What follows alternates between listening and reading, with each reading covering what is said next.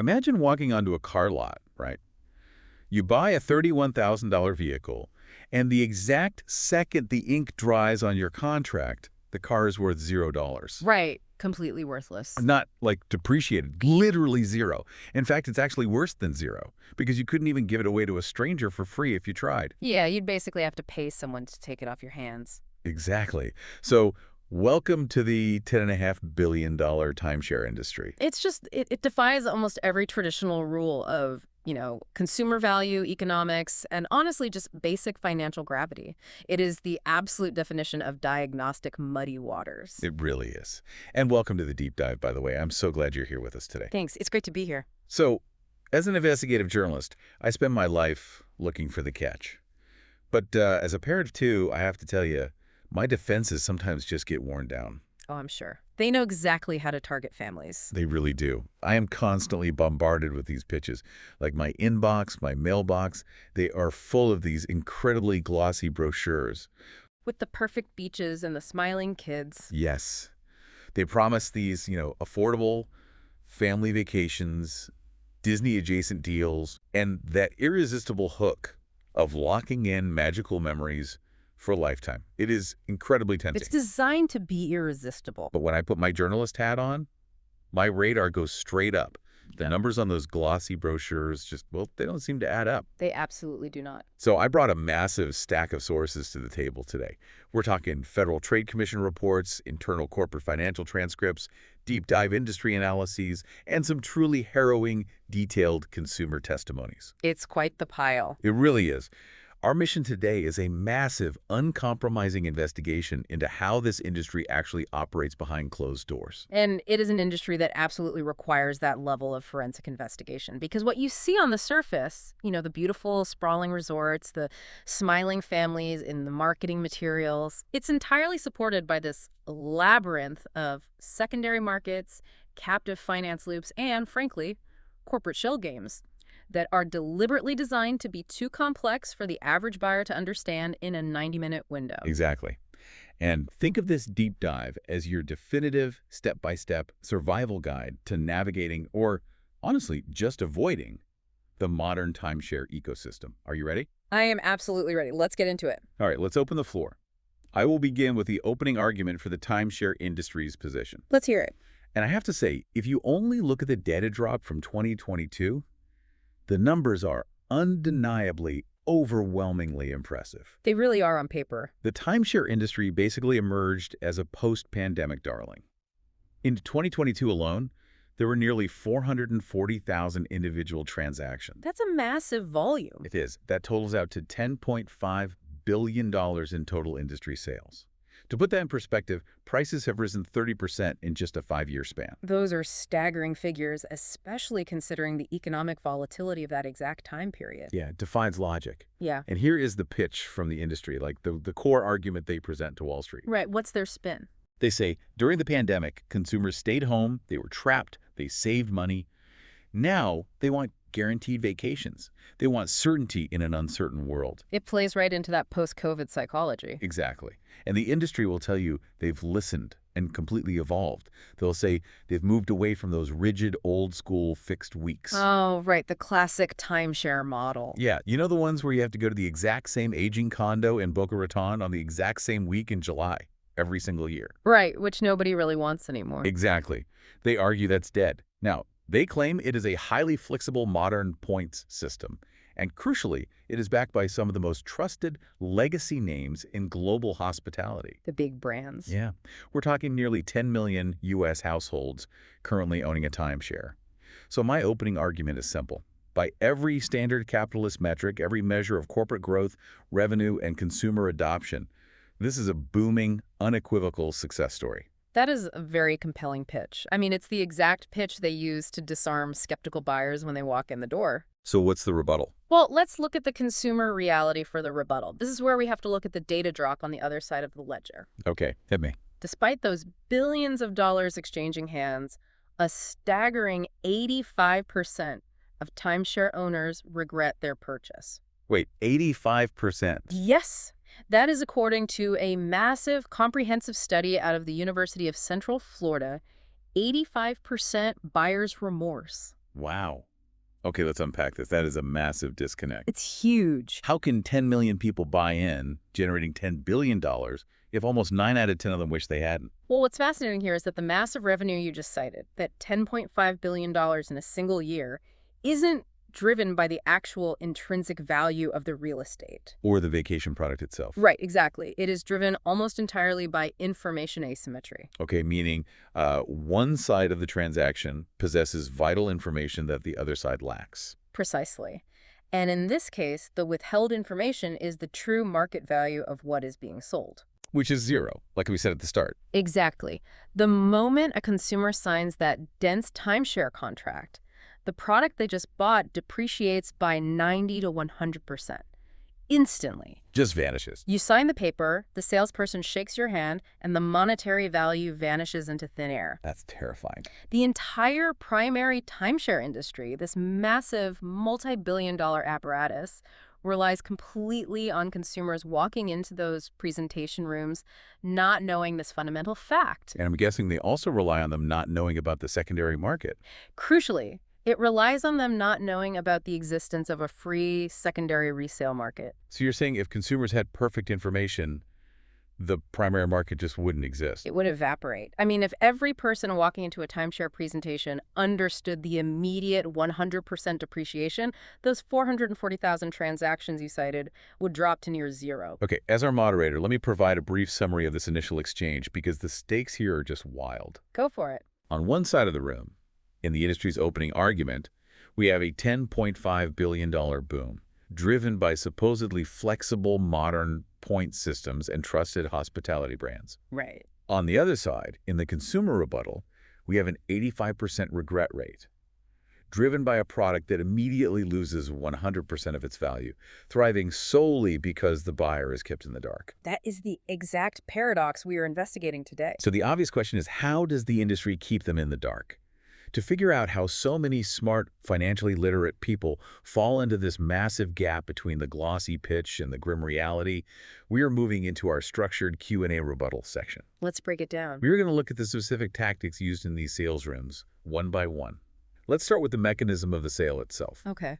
As a parent, I am the exact target demographic for this. I love the idea of flexibility. The industry says points give you the world. That's the promise. How exactly do smart people get trapped in these rooms?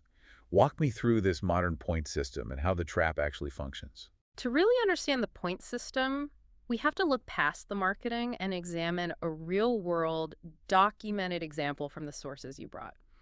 Let's look at the story of Sheila Wagner. Okay, Sheila Wagner. Yeah.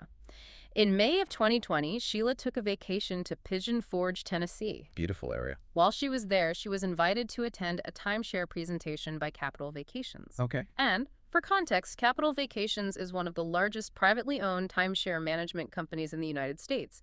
They manage around 170 of the roughly 1,500 timeshare resorts nationwide. Got it. And May 2020, that's peak pandemic era. Yes, exactly. People are stressed. They're looking for escapes. The psychological environment is incredibly important here. Sheila loved where she was staying. She attends the presentation, which, by the way, is usually a grueling multi-hour affair designed to wear down your cognitive defenses. I've heard they can hold you there for hours. Oh, absolutely. So the sales representatives tell her they are offering a special, limited-time pandemic deal.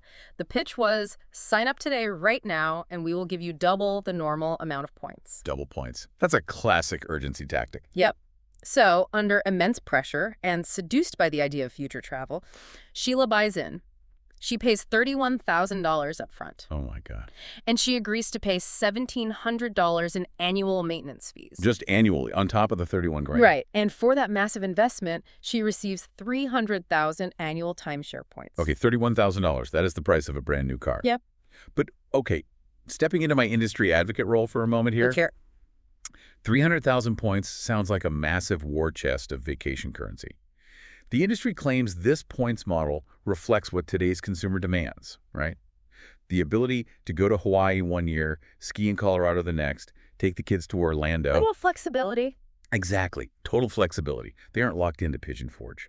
So surely 300,000 points gave her that freedom. Well, that is the exact pitch they delivered to her. But the The rebuttal, the mechanical reality of how these systems actually operate, is that the flexibility of points is very often a carefully constructed algorithmic mirage. A mirage. How so? Let's look at what actually happened. Shortly after Sheila went home, she tried to use her massive cache of points to book a trip to the premier destinations she really wanted, the ones she was shown in the glossy brochures during the presentation. Right, the Hawaii trip, the ski trip. Exactly.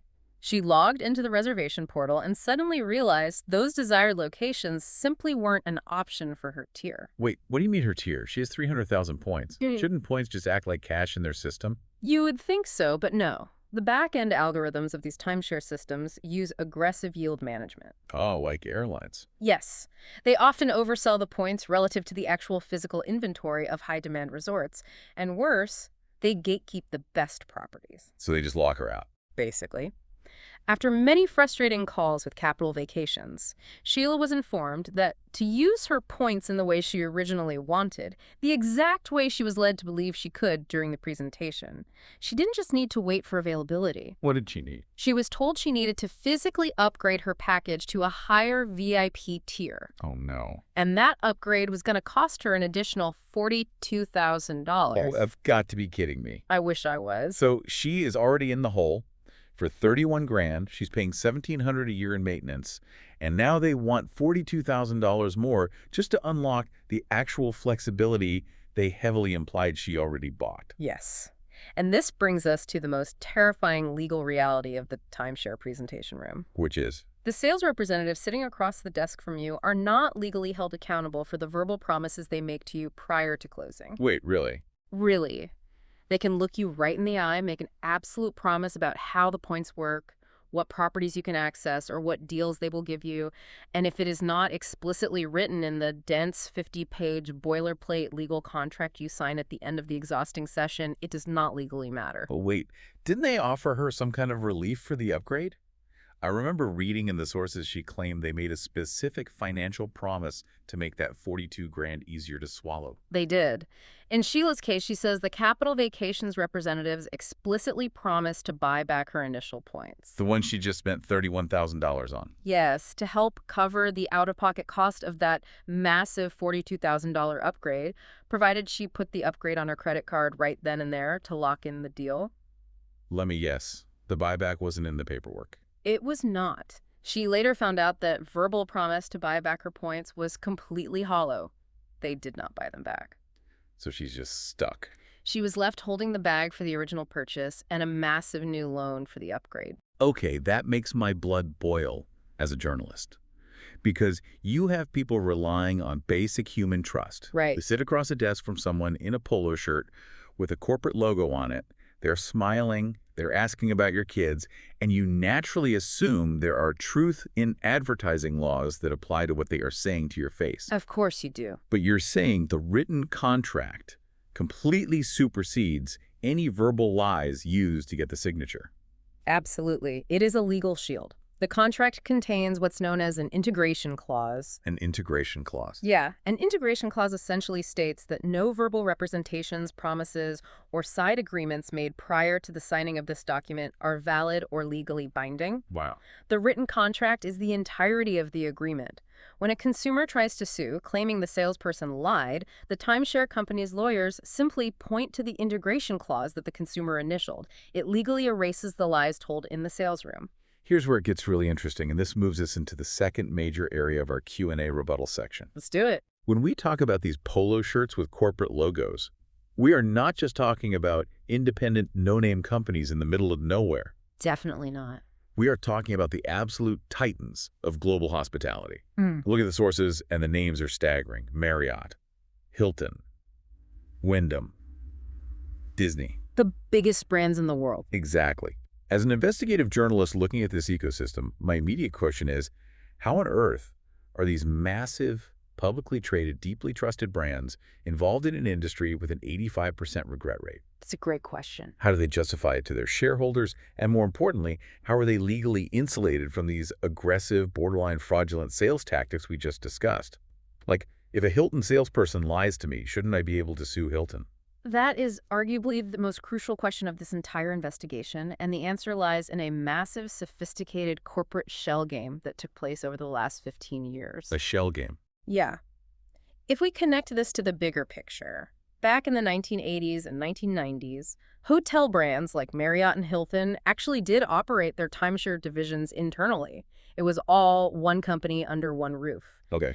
But as the markets evolved, Wall Street analysts started to realize that the timeshare business model is fundamentally different from the traditional hotel business model. Different how? I mean, they both involve people sleeping in beds on vacation, right? True, but the financials are completely different. The timeshare model is incredibly capital intensive up front. Oh, because of the construction. Exactly. You have to buy massive plots of land, build sprawling condo-style resorts with kitchens and multiple bedrooms, and float all those construction costs before you ever sell a single point. Right. It has a much lower, lumpier growth rate. And arguably, it was becoming less profitable in the long term compared to the traditional asset-light hotel management business we see today. Where hotel brands often just manage properties owned by third-party real estate investment trusts. So the timeshare divisions were basically acting like financial anchors, dragging down the parent company's pristine balance sheets and upsetting Wall Street. Exactly. So to appease the markets and protect their core brand value, they executed a massive structural pivot. In 2011, Marriott International completely spun off its timeshare business into a separate, publicly traded company called Marriott Vacations Worldwide. Just totally separate entity. Yes. And in 2017, Hilton and Wyndham followed the exact same playbook. They legally severed the hotel business from the timeshare business. Okay, let me jump in with the industry defense here. Go ahead. A corporate spinoff is a totally standard business practice. Tech companies do it, car manufacturers do it. Restructuring to focus on core competencies is just corporate finance 101. Sure. Why is Wyndham doing it considered a shell game by consumer advocates and not just smart, efficient business? It becomes a shell game because of the incredibly lucrative licensing agreements that follow the separation. Oh, the licensing. Yeah. By spinning the timeshare divisions off, the prestigious parent hotel brands became mere franchisors. So they don't own them at all? Not at all. Right. They essentially drafted contracts with these newly formed, legally independent timeshare companies and said, look, we own the intellectual property. We own the trusted brand name. You can use our name to sell your timeshares. You can slap our logo on your brochures and your buildings, and you can help grow our overall brand footprint. Yes. But in exchange, you must pay us a massive annual license fee or royalty. Ah, I see. So they aren't selling timeshares anymore. They're renting out their glowing century-old reputations to the people who do. Exactly. And the profits generated by simply renting out the brand name are staggering. Let's hear the numbers. In 2021, Wyndham Destinations acquired Travel and Leisure, creating a combined parent company for their timeshare arm. Today, the Wyndham Hotel parent company makes about $90 million a year in royalty fees from them. $90 million, just to use the name. Yep. That $90 million represents roughly 13% of Wyndham's total adjusted earnings profile. That's a huge chunk of their profits. And Hilton's arrangement is even more lucrative.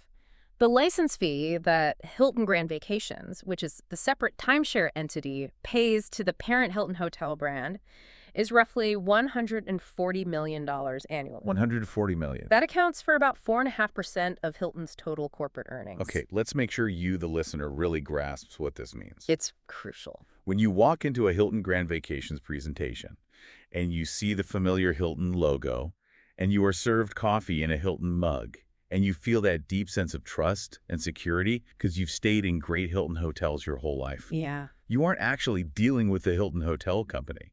You are dealing with a totally separate, aggressive sales organization that simply pays $140 million a year for the legal right to wear the Hilton mask. That is the perfect analogy. They are wearing a mask. And that corporate structure completely insulates the parent hotel brand from the messy, aggressive, legally dubious reality of the timeshare sales room.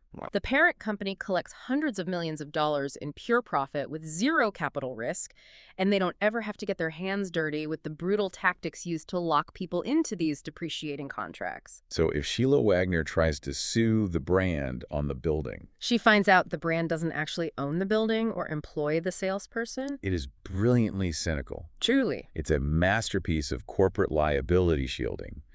And the result is that it generates absurd, almost comical amounts of wealth at the very top of the timeshare ecosystem. Obscene amounts of wealth. While I was digging through the sources for this episode, this deep dive, I found the data on Westgate Resorts. Oh, Westgate. Now, Westgate is different, right? They are Yeah. the largest privately owned timeshare company, so they aren't a hotel spinoff. Correct. But their financial scale is breathtaking. Their annual revenue is $1.5 billion. That's massive. And this immense wealth is completely decoupled from the product's actual resale value to the consumer. To truly illustrate where this money goes, the sources prominently reference David Siegel, the founder and CEO of Westgate Resorts, and his wife Jackie. Oh, right. Some of you might remember them. They were the subjects of the famous 2012 documentary, The Queen of Versailles. Yes. That documentary is perhaps the most striking visual representation of the timeshare wealth transfer ever put on film. It shows exactly where the money from these contracts ends up. It is entirely surreal. You have Jackie Siegel on camera building a 90,000 square foot mega mansion in Florida. 90,000 square feet. She is literally modeling it after the Palace of Versailles in France. In the documentary, she casually talks about enjoying her imported caviar while lounging in the private jet experience she had custom built directly into her living room. A fake private jet in her house. Exactly. And as a viewer, it hits you like a ton of bricks. Yeah. All of that, the literal palace, the caviar, the faux private jet, it is all funded by people sitting in high-pressure sales rooms, buying assets that immediately lose 100% of their value. Which brings us perfectly to the third pillar of our Q&A rebuttal section, the financial death spiral. Right. We need to look at exactly what funds that Versailles lifestyle. What is the actual long-term mathematical reality for the buyer who signs the contract? Let me summarize where we are first before we dive into the math, because this is our second moderated recap. Sounds good. So far, in the clash of opening arguments versus consumer reality, we've uncovered an industry where the aggressive sales pitches are legally unaccountable because of integration clauses that erase verbal promises. Right. We've seen that the trusted corporate hotel brands are legally shielded, acting merely as untouchable franchisors, raking in hundreds of millions in royalties. Untouchable is the word. So now, we pivot to the financial trap itself. Let's go back to Sheila Wagner as our case study. We left her on the hook for a $31,000 initial purchase, plus a $42,000 forced upgrade. Yeah. How does she actually pay for that? And what are the long-term mechanics of the trap? The financial trap of a timeshare is incredibly effective because it operates as a dual threat. It is not just the massive sticker price that ruins people. What's the first part of the threat? First, you have to look at the high-interest loans used to finance the purchase. When Sheila couldn't get Capital Vacations to buy back her points as promised, she had to find a way to pay off that $42,000 upgrade loan immediately. Right. The interest rate on that timeshare loan was 15%. Wait, let me stop you right there. 15%. 15%. That is credit card territory. That is not a real estate mortgage rate, even in a high-rate environment. Why is it so astronomical if they are supposedly buying property? Because they aren't really buying traditional property, and the lenders know it. A timeshare is essentially worthless on the secondary market, which means the timeshare itself holds no value as collateral for the loan. Oh, I see. If you default on a house, the bank takes the house and sells it to recoup the money. Right, there's a hard asset. But if you default on a timeshare, the bank takes back a liability they can't sell. Because the collateral is worthless, these are effectively priced as unsecured personal loans. That makes a sick kind of sense. And very often, the timeshare company itself is acting as the lender, creating a captive finance loop where they profit off the sale and the exorbitant interest. So they get you coming and going. Exactly. The burden on Sheila was so crushing that she was forced to take a devastating financial step. She borrowed money against her 401k, her actual retirement savings, just to pay off the $42,000 timeshare loan in full to escape that compounding 15% interest trap. Oh, that's brutal. In her testimony, she explicitly stated that she could have comfortably retired if she had that money back in her portfolio, but now, because of the timeshare, she cannot retire. That is heartbreaking. It literally altered the trajectory of her life. It ruined her retirement plans entirely. Well, okay, let me play the industry advocate again. Okay, let's hear it. Let's say one of our listeners is very wealthy. They don't need a high-interest loan. They walk into the presentation, they like the point system, and they just write a check for $73,000 in cash for the points and the VIT upgrade. Right, no loan at all. Exactly. They avoid the 15% interest entirely. Surely, in that scenario, they just own a nice prepaid vacation asset, right? That brings us to the second, far more insidious half of the dual threat, the perpetual maintenance fees. The maintenance fees. This is the true engine of the timeshare industry. Even if you pay off the principal loan in full with cash on day one, the maintenance fees are forever. Yeah. And structurally, they are always, always increasing. How bad can they get? When Sheila first signed her contract in 2020, her annual maintenance fees were $1,700. Today, just a few years later, her annual maintenance fees have skyrocketed to surpass $5,000 a year. Wait, $5,000 a year, just for the privilege of maintaining the points she already bought. Yes. You could take a massive, luxurious international vacation every single year for $5,000 without ever owning a timeshare. Exactly.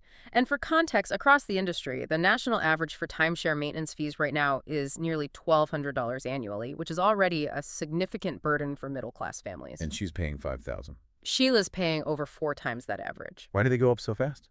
Because as older owners inevitably default or die or manage to escape their contracts, the physical costs of maintaining the resort, the pools, the roofs, the landscaping, the property taxes still have to be paid. Oh, so the costs don't change. Right. So the resort management simply divides those fixed costs among a shrinking pool of remaining owners. That's a death spiral. This is why I called it a broken economic model in our opening arguments. A timeshare is not an investment. It is not even an asset in any traditional sense. It is a legally binding, appreciating liability. Right. The cost to simply own it goes up exponentially every single year, while the resale value remains anchored at absolute zero. All right, this is incredibly heavy, but it's vital information. Yeah. So let's pivot into the second half of our deep dive. The escape routes. Exactly. The obvious screaming question for any rational human being listening to this is, how do I get out? Right. If the math is a death spiral, what happens when you finally decide you've had enough and try to leave? This transitions us to Q&A topic 4, red flags and timeshare exit scams. This is where it gets really dark. If I'm Sheila and I'm drowning in $5,000 of annual fees, I'm going to do what anyone would do. I go to Google.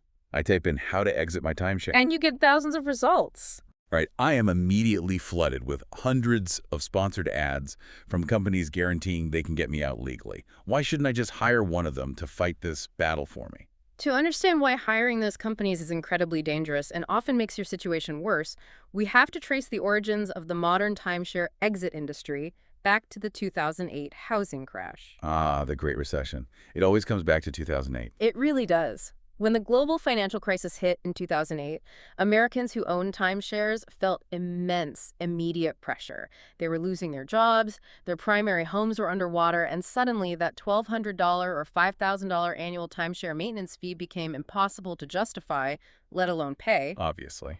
To give you a sense of the sheer scale of the panic, in the first quarter of 2009 alone, Marriott reported an astonishing $28 million in timeshare contract cancellations. Just in one quarter. Industry-wide, the rate of owners defaulting on their payments more than doubled from 2007 to 2009. So the resorts were suddenly bleeding cash as owners abandoned ship en masse. Exactly.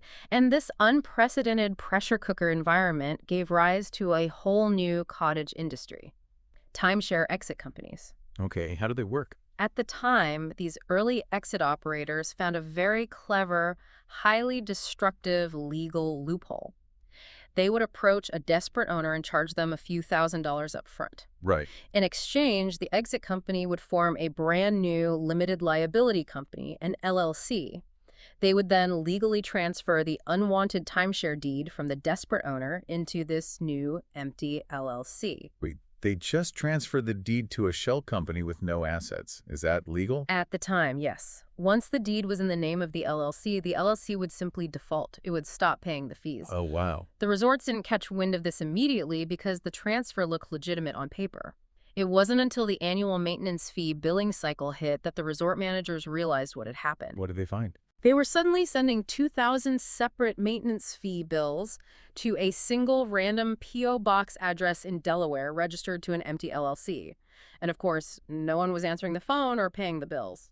That is wild. It's almost like a coordinated financial denial of service attack on the timeshare companies. It absolutely rocked the industry. It crippled some of these smaller independent resorts that completely relied on those annual fees just to keep the lights on and pay the staff.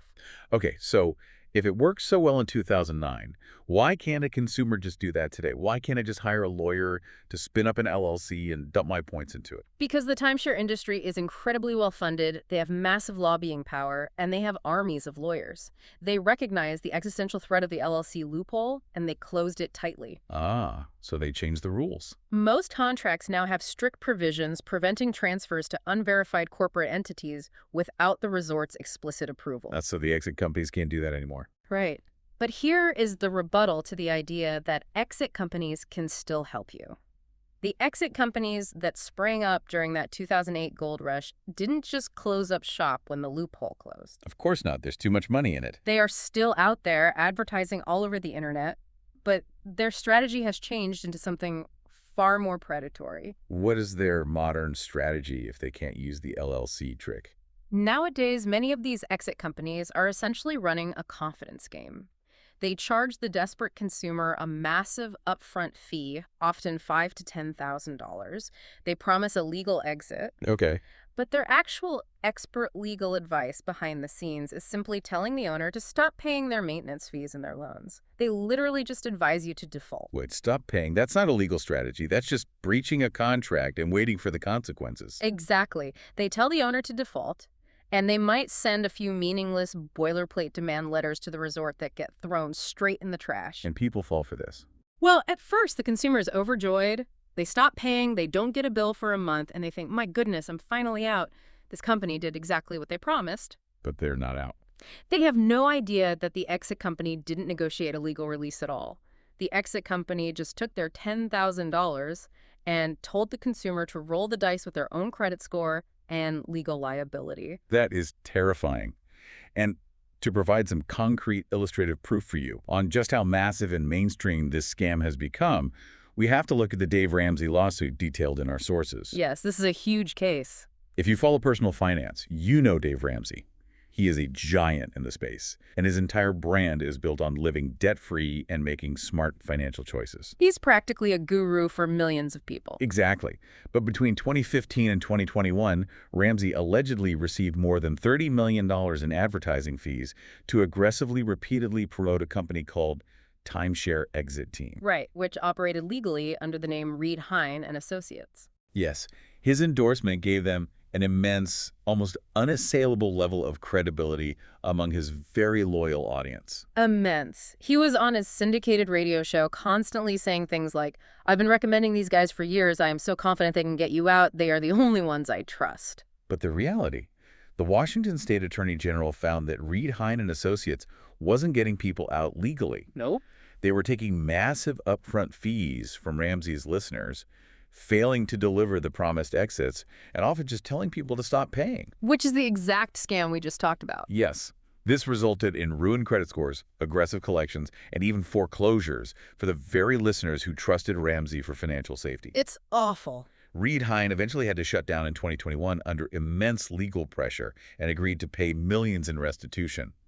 But the fallout continued, and in April of 2023, Ramsey was slapped with a massive class action lawsuit by his own listeners for promoting the scam. And that case is still weaving its way through the courts? It is. This Dave Ramsey saga raises a vital point for the listener takeaway, and it is a rule you must write down. Never, ever trust a timeshare exit service that demands a massive upfront fee. Or whose primary strategy is advising you to simply default on your legally binding contracts. Exactly. You are literally paying them thousands of dollars to ruin your own financial life. The U.S. Department of Justice and various state attorney generals are actively trying to shut these scams down, but it is a game of whack-a-mole. The internet is still full of them. Okay, so if the exit companies are largely predatory scams, Mm-hmm. what does this all mean for someone looking for an actual legitimate way out? Right. What are the real options? This brings us to Q&A topic 5, deed backs versus the resale market. Let's compare the legitimate avenues. If I have a timeshare, I realize I made a mistake and I just want it gone. How do these two options work? Let's start with the resale market. Can I just sell it like a house? The resale market does exist primarily on specialized platforms like the Timeshare Users Group, which is often referred to as 2Ye, and a site called redweek.com. Okay, 2Ye and Red Week. But this goes all the way back to our opening arguments about information asymmetry and instant depreciation. Because the moment you buy a timeshare, it loses 90 to 100% of its value. You need to abandon any hope of selling it for a profit. Or even breaking even, I assume. You aren't even going to recoup a fraction of your initial purchase price.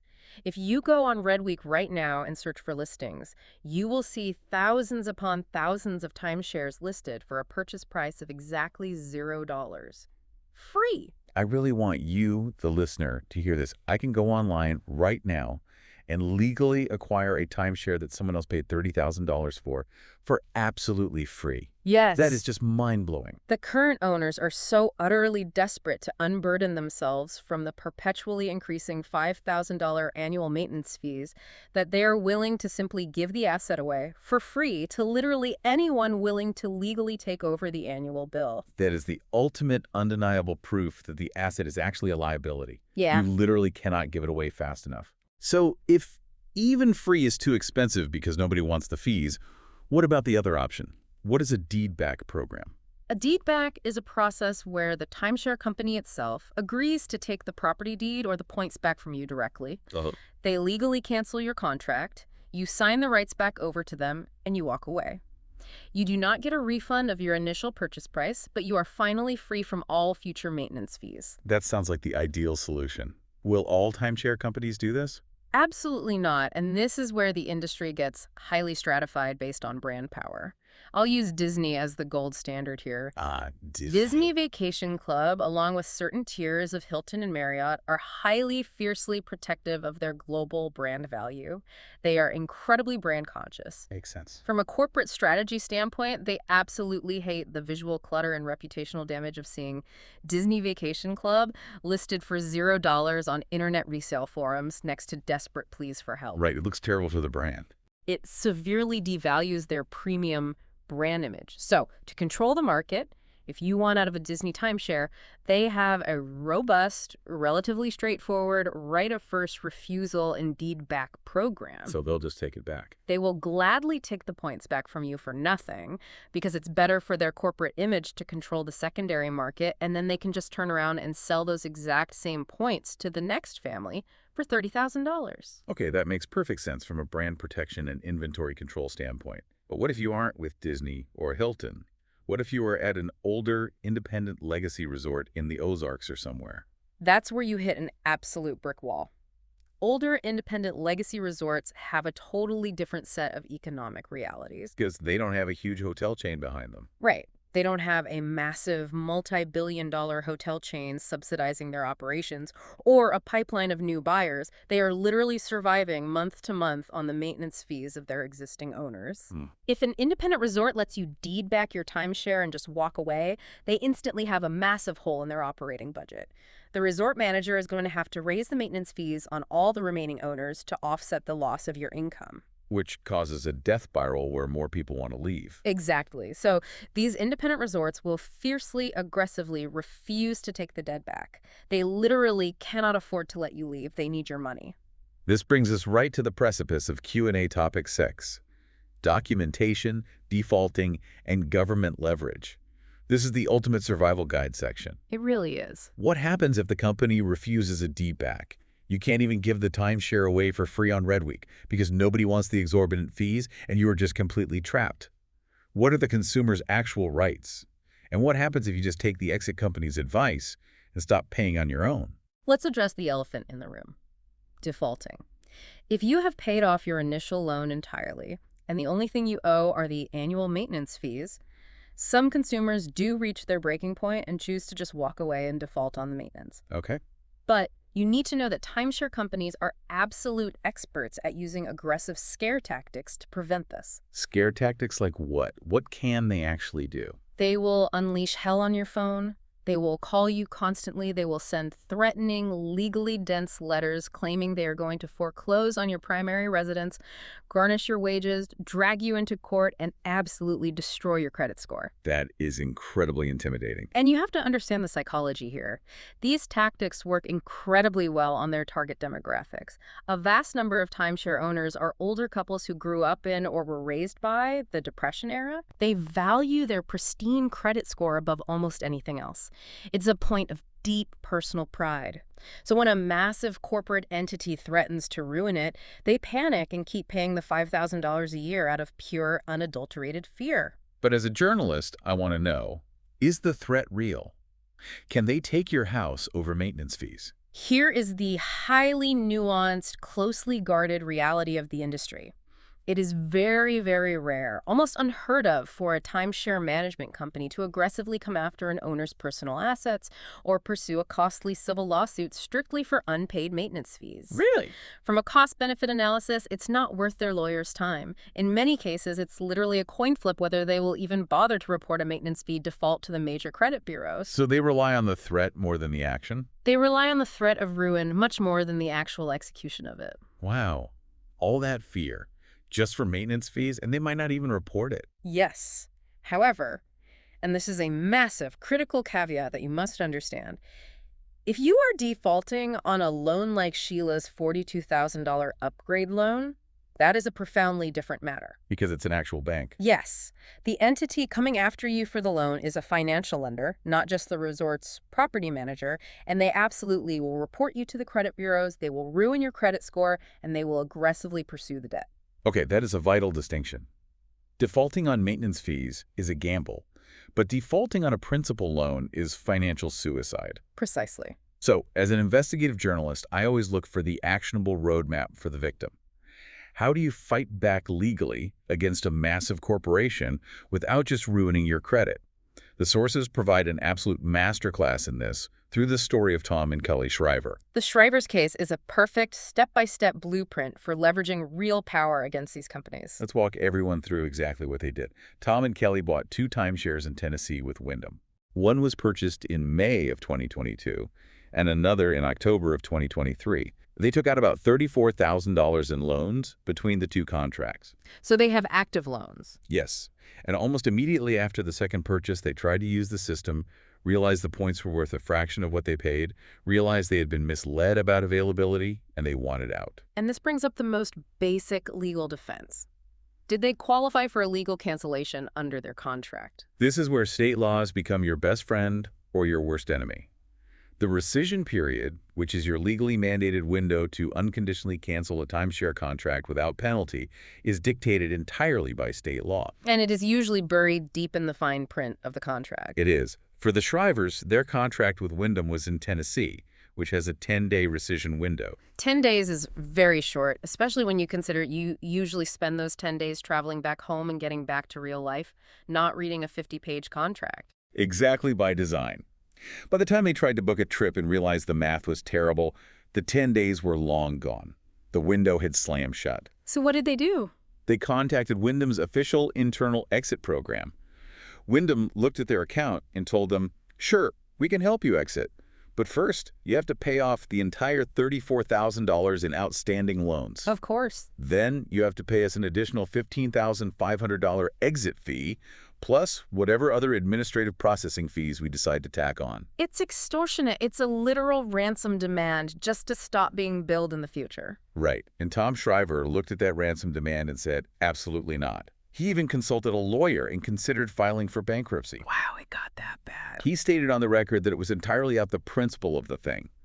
He refused to give Wyndham another dime because of the highly deceptive way they conducted the initial sale. Good for him. They were at an impasse, ready to default entirely. But instead of just stopping payments and hoping for the best, like the scam exit companies advise, the Shrivers took a highly strategic, obsessively documented approach. This is the crucial part for you listening right now. What exactly did their roadmap look like? First, they meticulously documented every single interaction. And I mean everything. Every phone call was logged with dates, times, and names. That is so important. Every misleading statement from a rep was written down. Every refusal by Wyndham to offer a reasonable exit was saved.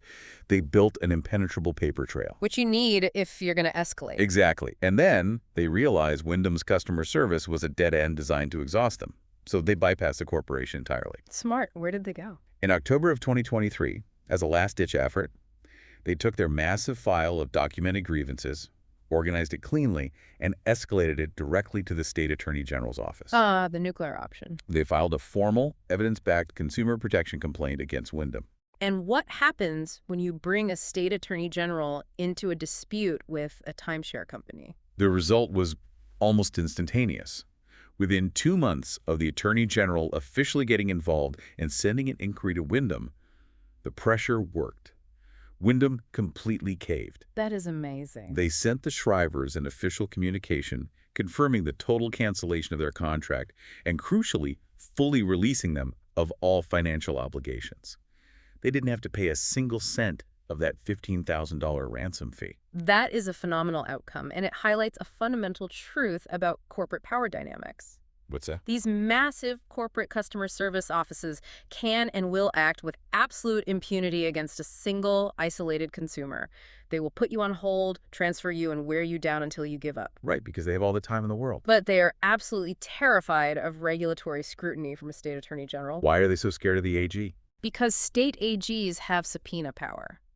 More importantly, if a state AG starts noticing a pattern of deceptive practices from multiple complaints, they can launch a systemic investigation that threatens the company's legal license to operate in that state entirely. That makes a lot of sense. An AG looking for a consumer protection win in an election year is a timeshare company's worst nightmare. That's a great point.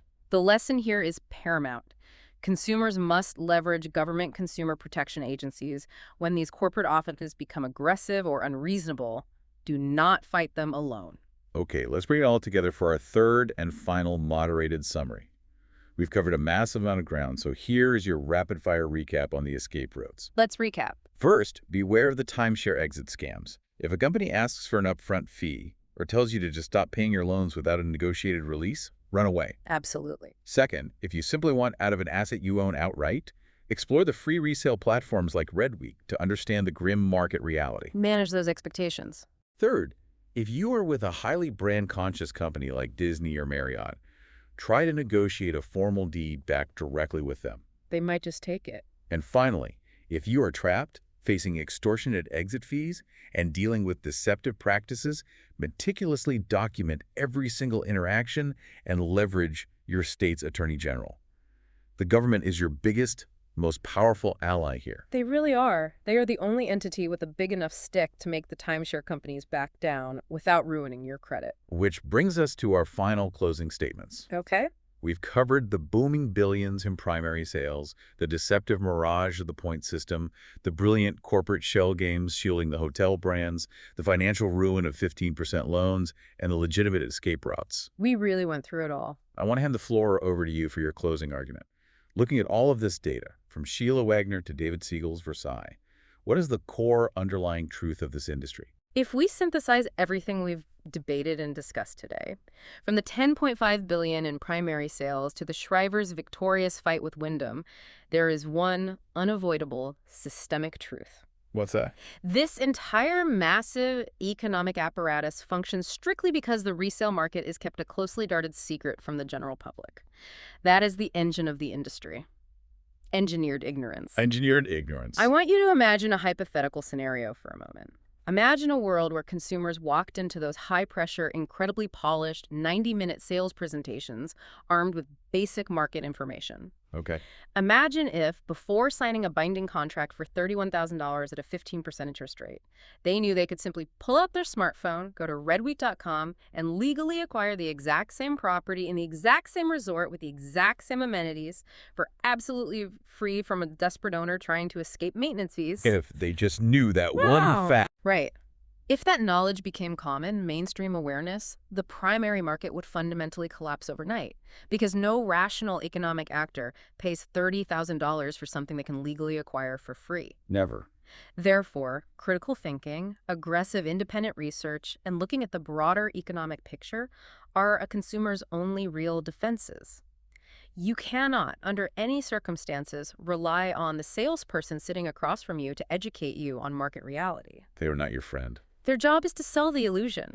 Your job is to protect your family's financial future. That is an incredibly powerful synthesis. The entire multi-billion-dollar edifice is built on a fragile foundation of withheld information. Completely. For my closing argument, I want to deliver a final, rapid-fire investigative roadmap for you, the listener. Let's give them the tools. If you ever find yourself tempted by the promise of a free weekend getaway or discounted Disney tickets, and you agree to sit through one of these presentations, here is your definitive guide to avoiding the traps entirely, based directly on Federal Trade Commission recommendations.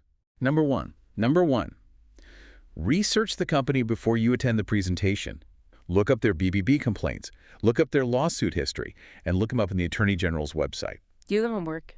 Number two, and this is my absolute favorite tactic as a journalist, when the pressure gets high, look the salesperson directly in the eye and ask them, why is today the only day you can offer me this deal? Oh, that's a great question. Watch them squirm and struggle to logically explain why a $30,000 real estate transaction magically expires in 90 minutes. It exposes the false urgency. It really does. Number three, demand to read the paperwork completely alone. Take it out of the noisy room. Do not let them rush you or talk over you while you read the integration clause. If they won't let you read it alone in silence, stand up and walk out. Walk away. And number four, know your specific state's rescission period before you even sit down. Know exactly how many days you have to legally back out, just like the Shriver's 10-day window in Tennessee. If you follow those 4 steps, you completely strip the emotion out of the room and you take the power back. That is an excellent, highly actionable roadmap. It neutralizes their greatest weapon, which is emotional exhaustion. Well, we have thoroughly dissected the timeshare beast today. Thank you so much for bringing your incredible analytical clarity and depth to these sources. It is always a genuine pleasure to unpack these complex, opaque systems with you. The pleasure was entirely mine. Thank you for moderating this debate and bringing such crucial investigative rigor to the table. And before we officially sign off, I want to leave you, the listener, with a final provocative thought to ponder on your own. What is it? Throughout this entire deep dive, we've focused heavily on the micro level, the individual consumer, the single family trapped in a contract, the personal credit score. But I want you to zoom out and consider the macro level. The big picture. Consider the massive physical real estate footprints of these sprawling resorts. There are roughly 200,000 timeshare units in the United States, and nearly half of them are heavily concentrated in just 3 crucial tourist economies: Florida, Hawaii, and California. We are talking about massive amounts of prime, highly taxed real estate. Exactly.